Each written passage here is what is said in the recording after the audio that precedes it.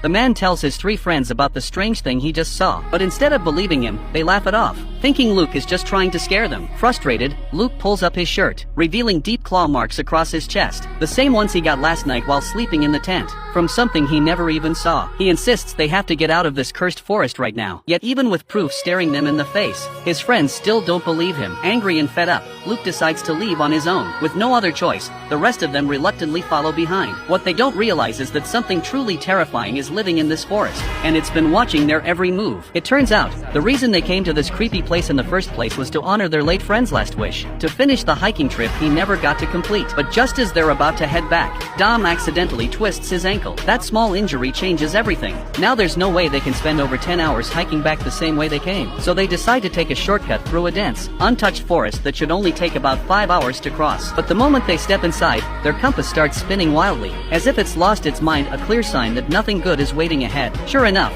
it doesn't take long before they stumble upon something horrifying. A deer, gutted from the inside out, hanging high in a tree. At first, they assume it's just some kind of bait left behind by hunters. Luke immediately senses something's wrong. No hunter could have possibly had the strength to hang a full-grown deer that high, and the wounds don't look like they were made by any human. It's as if some enormous creature ripped it apart with sheer force. As night quickly approaches, the group picks up their pace, but before they can get far, the sky suddenly darkens, and within moments, a heavy downpour crashes down on them. To make matters worse, they realize they're completely lost in the middle of the forest. Just as they're about to set up their tents to wait out the storm, they spot a small wooden cabin in the distance, a literal lifesaver in this nightmare. Desperate to escape the cold and rain, they rush toward it and break the door open without a second thought. But just as Luke is about to step inside, a strange, guttural growl echoes from behind him. He quickly flashes his flashlight around, but there's nothing there, no movement, no sound. What he doesn't know is that something out there has already set its eyes on them. Once they're all inside, they notice the cabin is filled with strange objects hanging on the walls. Assuming it's just a hunter's stash, they don't think much of it and decide to look upstairs. That's when they see something deeply unsettling. A headless straw figure standing upright in the middle of the room,